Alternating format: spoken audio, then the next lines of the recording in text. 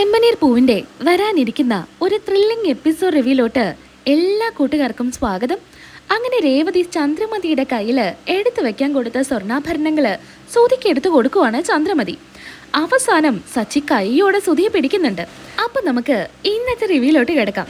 നീലിമയുടെ കയ്യിൽ നിന്ന് 50 ലക്ഷം രൂപയും അതിനുള്ള പലിശയും ചേർത്ത് വാങ്ങിക്കുകയാണ് സുധിയും ശ്രുതിയും ചേർന്ന്. ആ പൈസ വെച്ച് ഒരു ഹോം അപ്ലയൻസസ് ആണ് വാങ്ങിക്കുന്നത്. അതിൽ തരക്കേടില്ലാത്ത ബിസിനസ് ഒക്കെ ചെയ്തുകൊണ്ട് പോകുന്നുണ്ട്. ബിസിനസ് തുടങ്ങിയ പൈസ നീലിമ കൊണ്ടു തന്ന പൈസയാണെന്നൊന്നും സുധിയും ശ്രുതിയും വീട്ടിൽ വന്ന് പറയുന്നില്ല. പറയുന്നത് മലേഷ്യക്കാരൻ അച്ഛൻ തനിക്ക് അയച്ചു തന്ന പൈസയാണ് സുധിക്ക് ബിസിനസ് തുടങ്ങാനായിട്ട് എന്നാണ് ചന്ദ്രമതിയോട് പറയുന്നത്. അതോടുകൂടി ശ്രുതിയെ വീണ്ടും ഒത്തിരി സ്നേഹിക്കുകയാണ്. അങ്ങനെ മുന്നോട്ട് പോകുന്ന സമയത്താണ് സുധിയുടെ കടയിലോട്ട് കുറച്ച് സാധനങ്ങൾ വാങ്ങിക്കാനായിട്ട് 2 പേര് വരുന്നത്. അങ്ങനെ വന്ന സാധനങ്ങളെല്ലാം നോക്കുന്നു. തനിക്ക് കുറച്ച് കൂടുതൽ സാധനങ്ങൾ വേണമെന്ന് അവർ പറയുന്നത് കേൾക്കുമ്പോൾ സുധിക്ക് ഒത്തിരി സന്തോഷമാവുന്നുണ്ട്. ഒരു 5 ഫ്രിഡ്ജ്, 5 TV, 5 AC ഇങ്ങനെയൊക്കെയാണ് അവർ പറയുന്നത്.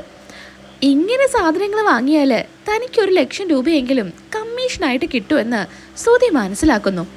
ഇന്നല്ല നാളെയാണ് ഞങ്ങൾ വാങ്ങിക്കാനായിട്ട് വരുന്നതെന്നും പറഞ്ഞ് അവർ പോകുന്നുണ്ട്. ഇക്കാര്യം ശ്രുതിയുടെ അടുത്ത് പറയുന്നുണ്ട്. അങ്ങനെ പിറ്റേ ദിവസം സാധനങ്ങൾ വാങ്ങിക്കാനായിട്ട് ആ 2 പേര് വരുന്നു.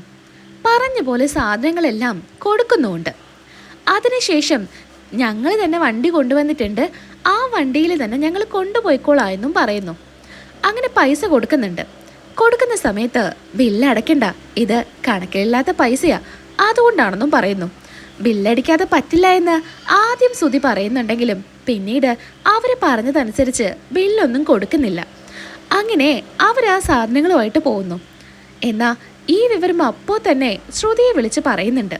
ശ്രുതി പറഞ്ഞ പോലെ അവർ വന്ന് സാധനങ്ങൾ കൊണ്ടുപോയി.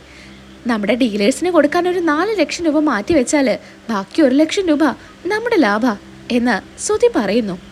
ഇത് കേട്ടുകൊണ്ട് ശ്രുതിക്ക് സന്തോഷം സഹിക്കാനാവുന്നുണ്ടായിരിക്കില്ല.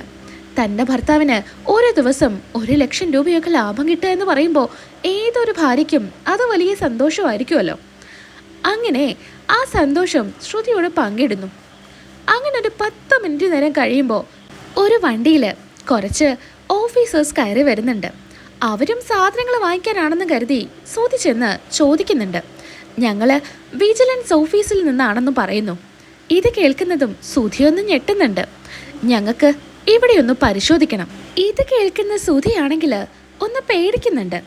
അങ്ങനെ അവിടെ നിന്ന് കണക്കപ്പെടാത്ത പൈസ കിട്ടുന്നു. അതുമായിട്ട് അവർ പോകുന്നുണ്ട്. പോലീസ് സ്റ്റേഷനിലോട്ട് വന്നോളാൻ അവർ പറയും ചെയ്യാം. അങ്ങനെ സുധി ഒരു സ്കാമിൽ അകപ്പെട്ടു എന്ന് സുധിക്ക് അപ്പോഴും മനസ്സിലാവുന്നില്ല. പോലീസ് സ്റ്റേഷനിലോട്ട് എത്തുമ്പോഴാണ് സാധനം വാങ്ങിക്കുമ്പോൾ തന്ന പൈസ അവർ തന്നെ വേഷം മാറി വന്ന് എടുത്തോണ്ട് പോയതാണെന്ന് സുധി അറിയുന്നത്. ഡീലേഴ്സിന് 4 ലക്ഷം രൂപ കൊടുക്കണം, ബാക്കി 1 ലക്ഷം രൂപ കയ്യിൽ കിട്ടിയെന്ന് ശ്രുതിയോട് വിളിച്ചു പറയുകയും ചെയ്തു. അതിനെ ഒരിക്കലും മാറ്റി പറയാൻ ശ്രുതിക്ക് പറ്റാത്തത് കൊണ്ട് തന്നെ ശ്രുതി നേരെ ചന്ദ്രമതിയുടെ അടുത്തോട്ട് പോകുന്നു. ചന്ദ്രമതിയുടെ കയ്യിലും കഴുത്തിലും കിടക്കുന്നതാണ് ശ്രുതി ആദ്യം ചോദിക്കുന്നത്. അത് തരില്ല എന്ന് ഒറ്റയടിക്ക് ചന്ദ്രമതി പറയുമ്പോൾ ശ്രുതി കരഞ്ഞ് കാല് പിടിക്കുക. എന്നാ ഇവിടെ ഇരിക്കുന്ന രേവതിയുടെ ആഭരണങ്ങൾ തരാനായിട്ട് ശ്രുതി പറയുന്നു. സച്ചിയെങ്ങാനും അറിഞ്ഞാൽ നിന്റെയും എന്റെയും കാര്യം തീരുമാനമാവൂ എന്ന് അപ്പം തന്നെ ചന്ദ്രമതി പറയുന്നുണ്ട്. അമ്മേ, അവൾ അത് ചോദിക്കാനൊന്നും പോകുന്നില്ല. അമ്മ തൽക്കാലം അതെടുത്ത് എനിക്ക് താ, അല്ലെങ്കിൽ എൻ്റെ അവസ്ഥ വളരെ മോശമായിരിക്കും അമ്മേ എന്നൊക്കെ പറയുമ്പോൾ ശ്രുതിക്ക് രേവതിയുടെ ആഭരണങ്ങൾ എടുത്തു കൊടുക്കുക. അങ്ങനെ അത് പണയം വെക്കാനാണ് ചന്ദ്രമതി പറയുന്നത്. എന്ന് ശ്രുതി ചെയ്യുന്നതോ അത് വിൽക്കുമായിരിക്കും. വിറ്റാലേ താൻ ഉദ്ദേശിച്ച പൈസ കിട്ടുമെന്ന് ശ്രുതിക്ക് അറിയാവുന്നത് കൊണ്ട് ശ്രുതി അത് കൊണ്ടുപോയി വിൽക്കുന്നുണ്ട്. അങ്ങനെ ഇരിക്കെയാണ് അച്ഛമ്മയുടെ പിറന്നാൾ വരുന്നത്. അച്ഛമ്മയാണെങ്കിൽ രവിയുടെ ഫോണിലോട്ട് വിളിച്ച് രവിയോടും വീട്ടുകാരോടും അങ്ങോട്ട് ചെല്ലാനാണ് പറയുന്നത്. എന്നാൽ ശ്രുതി ഇപ്പോൾ ഒരു പുതിയ ബിസിനസ്സൊക്കെ തുടങ്ങി അവന് ലീവ് എടുക്കാനൊന്നും പറ്റില്ല എന്നും മറ്റെല്ലാവർക്കും അവരവരുടേതായിട്ടുള്ള തിരക്കുകൾ ഉള്ളതുകൊണ്ടും അങ്ങോട്ട് വരുന്നില്ല എന്ന് എല്ലാവരും ഒരേ സ്വരത്തിൽ പറയാം. അപ്പോൾ ഈ കിളവിയുടെ പിറന്നാൾ ആഘോഷിക്കാൻ നിങ്ങൾ ഇങ്ങോട്ട് വരുന്നില്ല, അതല്ലേ കാര്യം? നിങ്ങൾക്കോരോ തിരക്കല്ലേ, ഇനിയിപ്പോ എന്തെങ്കിലുമൊക്കെ ആവട്ടെ എന്ന് അച്ഛമ്മ പറയുന്നു. എന്നാ നമ്മുടെ രേവതി പറയുന്നുണ്ട്, അച്ഛമ്മേ ഞങ്ങൾക്ക് അങ്ങോട്ട് വരാനല്ലേ തിരക്കൊക്കെ ഉള്ളത്. അച്ഛമ്മ ഒരു കാര്യം ചെയ്യേ, ഇങ്ങോട്ട് വാ, ഇവിടെ വന്ന് നമുക്ക് പിറന്നാൾ ആഘോഷിക്കാം. ഇത് കേട്ടുകൊണ്ട് സച്ചിയും പറയുന്നുണ്ട്, ശരിയാ അച്ഛമ്മേ, അച്ഛമ്മ ഇങ്ങോട്ട് വന്നേക്ക്, നമുക്കിവിടെ പിറന്നാൾ ആഘോഷിക്കാം എന്ന് പറയുന്നത് കേട്ട് അച്ഛമ്മയ്ക്ക് സന്തോഷാവുന്നു. ചന്ദ്രമതിയുടെ മുഖം അങ്ങനെ തെളിയുന്നൊന്നുമില്ല. അല്ല, എൻ്റെ മരുമകൾ എന്താ ഒന്നും മിണ്ടാതെ നിൽക്കുന്നേ? ചന്ദ്രമതി, ഞാൻ അങ്ങോട്ട് വരുന്നതില് നിനക്ക് താല്പര്യക്കുറവ് എന്തെങ്കിലും ഉണ്ടോ? എന്ത് താല്പര്യക്കുറവ് അമ്മേ? അല്ല, നീയൊന്നും പറയുന്ന കേൾക്കുന്നില്ല, അതുകൊണ്ടാ. എനിക്കൊരു താല്പര്യക്കുറവുമില്ല. അമ്മ ഇങ്ങോട്ട് പോന്നേക്ക്, നമുക്കിവിടെ പിറന്നാൾ ആഘോഷിക്കാം എന്നിങ്ങനെ ദേഷ്യത്തിലാണ് പറയുന്നത്. ശരി, എന്തായാലും ഞാൻ അങ്ങോട്ട് വരാം. ഒരു കാര്യം കൂടെ എനിക്ക് പറയാനുണ്ട്. എൻ്റെ മനസ്സറിഞ്ഞ് എൻ്റെ മനസ്സിനെ സന്തോഷിപ്പിക്കുന്ന രീതിയിൽ ആരാണോ എനിക്കൊരു ഗിഫ്റ്റ് തരുന്നത് അവർക്ക് എൻ്റെ വക ഒരു സമ്മാനം ഉണ്ടായിരിക്കുമെന്ന് നമ്മുടെ അച്ഛമ്മ പറയുന്നു. അങ്ങനെ അച്ഛമ്മയുടെ ഗിഫ്റ്റ് കിട്ടാനായിട്ട് തല പുകഞ്ഞുകൊണ്ട് ചന്ദ്രമതിയും അതുപോലെ നമ്മുടെ വർഷയും ശ്രുതിയും സുധിയും ഒക്കെ നടക്കുന്നുണ്ട്. അങ്ങനെ നമ്മുടെ ചന്ദ്രമതി കൊടുക്കുന്നത് ഭാമയുടെ വീട്ടിൽ ഓടാതിരിക്കുന്ന ഒരു TV ആയിരിക്കും. അത് പുതിയ പാക്കൊക്കെ ആക്കി അച്ഛമ്മയ്ക്ക് കൊടുക്കുന്നു. അതുപോലെ സുധിയും ശ്രുതിയും ഒരു സ്വർണ്ണമാല കൊടുക്കുന്നു. അതുപോലെ വർഷയും ശ്രീകാന്തും ഒരു മൊബൈൽ ഫോണും കൊടുക്കുന്നു. സച്ചിക്കാണെങ്കിൽ എങ്ങനെയെങ്കിലും അച്ഛമ്മയ്ക്ക് ഒരു മാല വാങ്ങിച്ചു കൊടുക്കണമെന്നായിരിക്കും ആഗ്രഹം. ഇക്കാര്യം രേവതിയോടും പറയുന്നു. എവിടുന്നെങ്കിലും കുറച്ച് പൈസ കിട്ടുമെന്ന് നോക്കട്ടെ എന്നും പറഞ്ഞ് സച്ചി പോകുന്നു. എല്ലായിടത്തും പോയി ചോദിക്കുന്നുണ്ടെങ്കിലും അവിടെ നിന്നും കിട്ടുന്നുണ്ടായിരിക്കില്ല.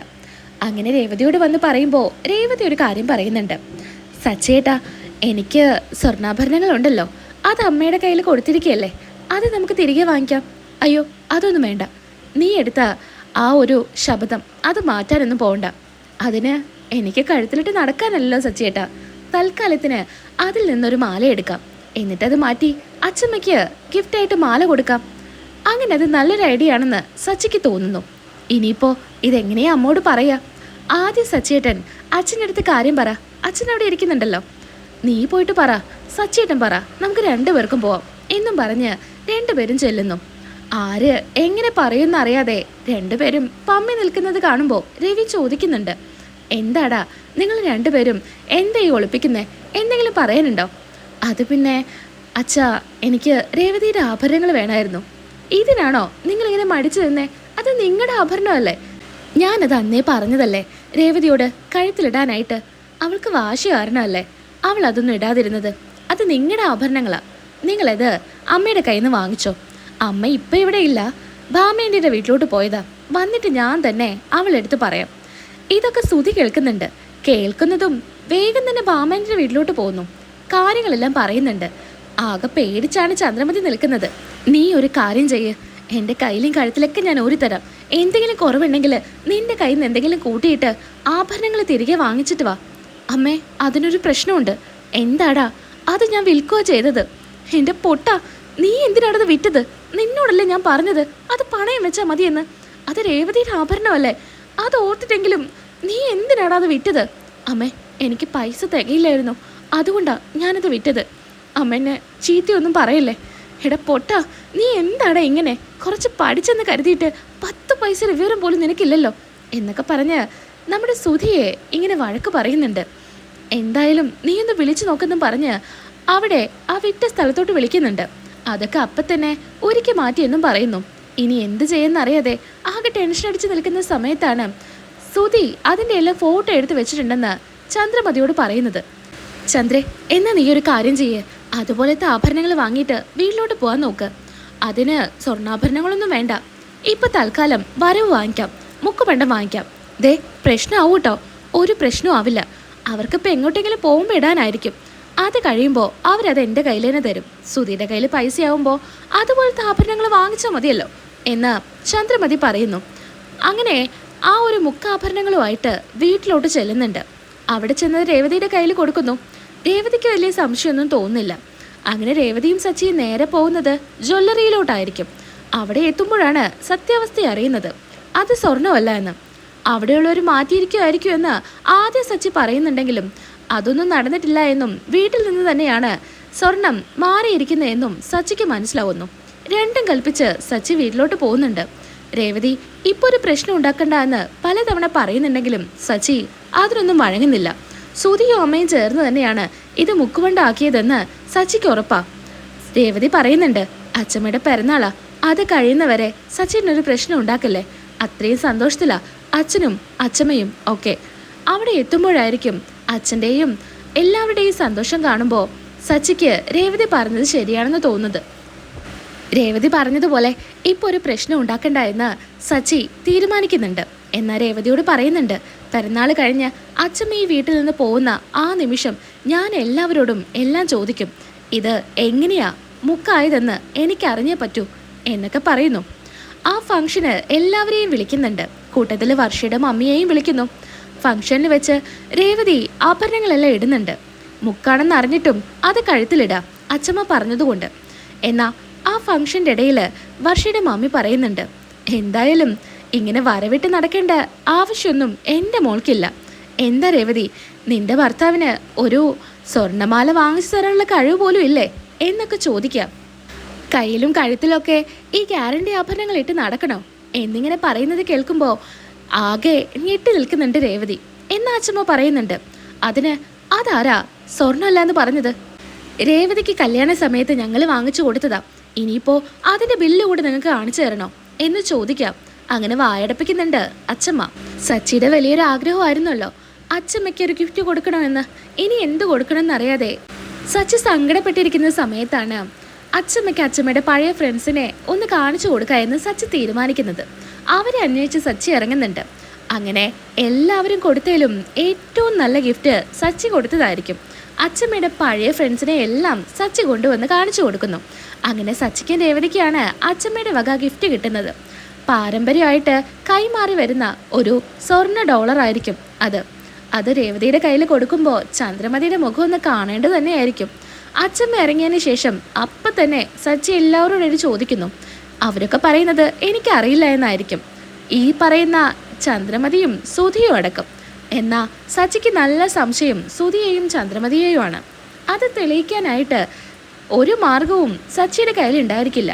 ഇനിയിപ്പോൾ വല്ല മന്ത്രവാദം നോക്കാം എന്നായിരിക്കും സച്ചി തീരുമാനിക്കുന്നത്. എന്നാൽ സച്ചി അതിലൊന്നും ഒട്ടും വിശ്വസിക്കുന്നുമില്ലല്ലോ. അവരെ പറ്റിക്കാനായിട്ട് കുറച്ച് നാരങ്ങയും മഞ്ഞ ചരടും ഭസ്മവും കുങ്കുമവും ഒക്കെ വാങ്ങിച്ച് ഒരു നാരങ്ങയിൽ കെട്ടിപ്പൊതിഞ്ഞ് ഒരു ഇലയിൽ കൊണ്ടുവയ്ക്കുന്നുണ്ട് പൂജാ റൂമിൽ.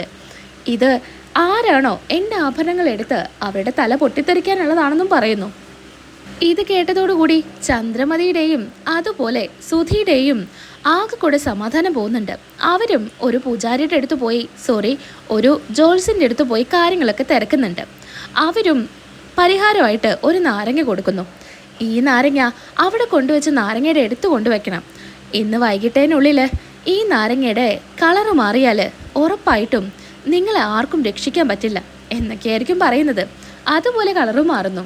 ആകെ പേടിച്ചുകൊണ്ട് അവസാനം സുധി തന്നെ സച്ചിയോടും വീട്ടുകാരോടും സത്യങ്ങൾ തുറന്നു പറയുന്നു. നാളത്തെ എപ്പിസോഡിൽ ബാക്കി റിവ്യൂ ആയിട്ട് വരാം. ഇഷ്ടപ്പെട്ടാലൊന്ന് ലൈക്ക് ചെയ്തേക്കാം. സബ്സ്ക്രൈബ് ചെയ്യാത്ത കൂട്ടുകാരൊന്ന് സബ്സ്ക്രൈബും ചെയ്തേക്കാം. വീഡിയോയ്ക്ക് ഒരുപാട് നോയ്സ് ഉണ്ടായിരിക്കും കേട്ടോ, നല്ല മഴയൊക്കെയാണ്. പിന്നെ ഞാൻ നാട്ടിലോട്ട് വന്ന കാരണം എനിക്ക് എഡിറ്റ് ചെയ്യാനും അപ്ലോഡ് ചെയ്യാനൊക്കെ കുറേ ബുദ്ധിമുട്ടുകളൊക്കെ ഉണ്ട്. അതുകൊണ്ടാണ് കേട്ടോ. നാളെ നമുക്ക് അടിപൊളി വീഡിയോ ആയിട്ട് വരാം. ഇഷ്ടമായാൽ സപ്പോർട്ട് ചെയ്യാൻ മറക്കല്ലേ. ബായ്.